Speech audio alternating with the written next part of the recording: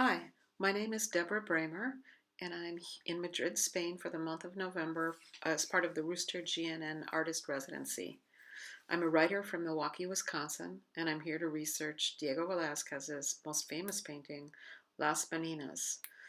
I'm writing a series of essays about the world's most overseen works of art and whether there's something we can still glean from these experiences of seeing them in our current state of being.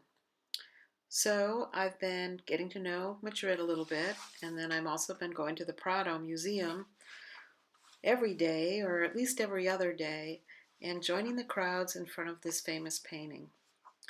When I'm there, I find the best way for me to absorb the painting is to draw it. So I've been making drawings of every figure in the painting.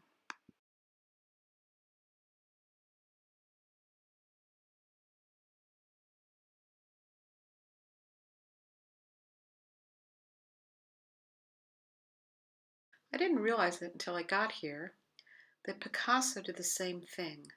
In 1957, he stood in front of the painting at the Prado and he drew 57 sketches of the various figures in the painting that later turned into paintings. I'll be going to Barcelona next week to the Picasso Museum to see all 58 of these drawings and paintings.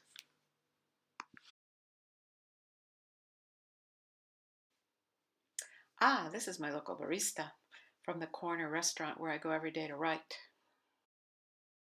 Sometimes I find it's easier to communicate with Velazquez than it is with Mr. Ronda at the corner restaurant. I can never seem to get my order right. It's probably obvious now that I like portraits. They tell us things about who we are and about the culture that affected and influenced us.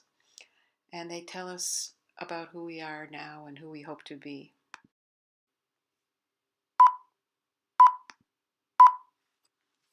Legacies continue.